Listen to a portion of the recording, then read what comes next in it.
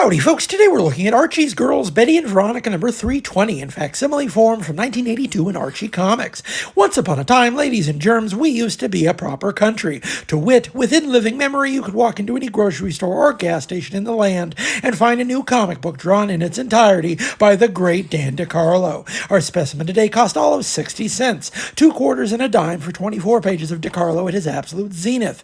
So why was this random issue of Betty and Veronica singled out for facsimile reprint by the fickle finger of posterity? Simple. This unassuming comic book presents the first appearance of one of Archie's most popular characters, the irrepressible Cheryl Blossom. Her debut comes in the story Dare to be Bare, which telegraphs the new character's ethos with succinct economy. Betty and Veronica are hanging out at the beach on a glorious sunny day when they run into their friend Cheryl. What's Cheryl doing? Walking around in a teeny tiny bikini, and what's more, threatening to take off that bikini. Yes, if you're not familiar with Cheryl, that's what she's about. Being actively and explicitly more sexy than either Betty or Veronica, both of whom are scandalized by Cheryl at every turn. What's more, she also arrives with a brother, Jason Blossom, with a few boundaries of his own to push, showing the book's preteen demographic how to sneak beer onto the beach by switching out the label on the can. Suffice to say, both of the Blossom siblings are taken away by the beach patrol on the last page. Cheryl is furthermore featured on a fashion frolic pinup page,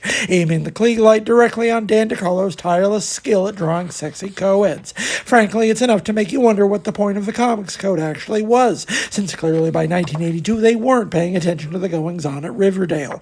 The rest of the book is filled with Archie's usual comedic anecdotes. Veronica's enthused about genealogy for precisely 6 pages, until Dilton happens by and informs her that her ancestor was allowed in a scandal. Later on, Veronica becomes frustrated by the early ubiquity of video games, and yet another trip to the beach descends into the chaos of volleyball.